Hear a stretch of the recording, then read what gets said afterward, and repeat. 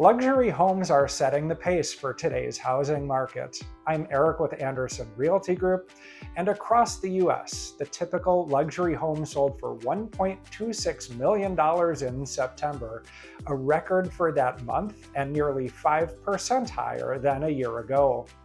On the other hand, non-luxury homes only grew by less than 2%. You might think higher-end homes would be struggling more, but they are growing by over double the rate of the broader market. Why is this? It's driven both by who is buying and how they're doing it. Luxury buyers aren't waiting for rate cuts or price drops. Many are buying in cash, or maybe with a small loan.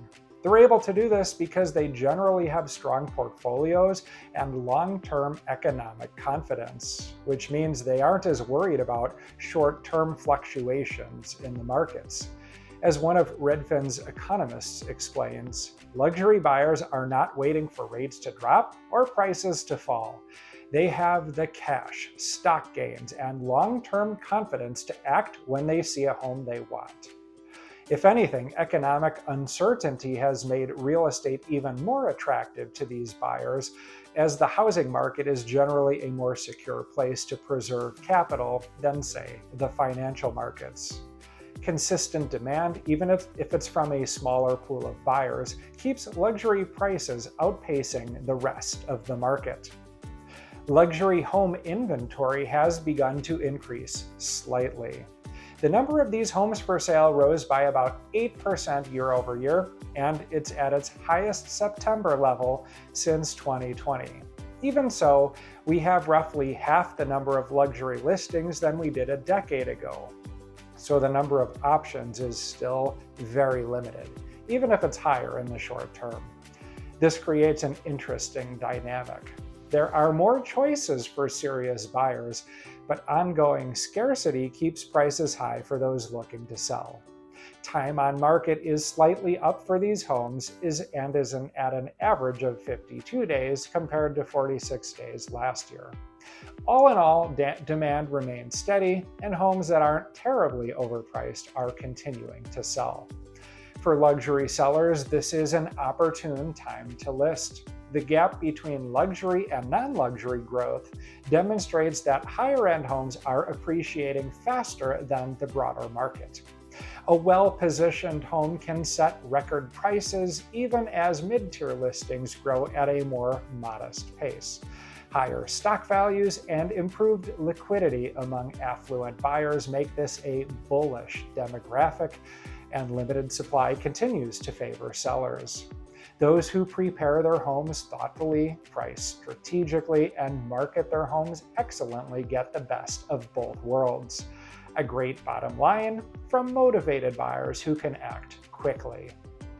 At the same time, the final months of 2025 present a rare window for buyers who are ready to move before the new year.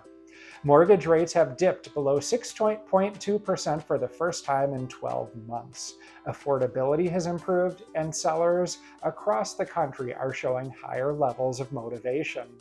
The market that began the year in a tense standoff has become much more cooperative. Buyers are now encountering sellers who are more practical than they have been over the past several years, when buyers were essentially in a hostage situation and forced to meet even the most outrageous demands. End-of-year market conditions are favorable for the prepared. As many sellers step back for the holidays, inventory usually tightens and competition becomes less intense. While the winter is an excellent time to sell, few sellers choose this time to test the market, often preferring to wait until spring. With fewer buyers out looking, even small concessions can translate into significant savings. Falling rates are also improving buyer affordability.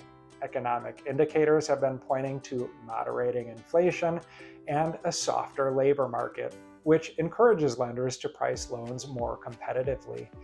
End-of-year lender quotas can also help qualified borrowers through lower fees or faster closings. A closing prior to December 31st also has the potential to offer benefits for the 2025 tax year.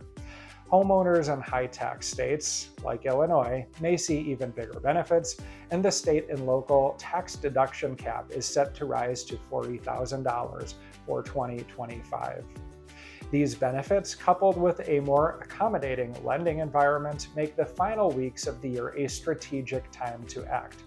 Energy efficiency credits for some home upgrades will begin to phase out over the next year, giving buyers another reason to move sooner rather than later. The holidays bring logistical challenges like longer processing times and limited showing windows as it gets dark earlier, but there are rewards for those who put in the effort. Buyers who are pre-approved, decisive, and flexible can take advantage of this situation and close before the new year. As one lender put it, the goal is not to rush, but to recognize when the market quietly turns in your favor. For luxury sellers, that turn has already arrived. For buyers, it is taking shape, especially at the mid-tier price points. The end of 2025 is shaping up to offer some unique seasonal opportunities for buyers and sellers. If you'd like my help with selling or buying a home in the western suburbs of Chicago, reach out using my contact information below, and please be sure to like this video, subscribe, share, and subscribe to my channel if you found this helpful. I'm Eric with Andersen Realty Group, a family-owned brokerage where we treat our clients like family.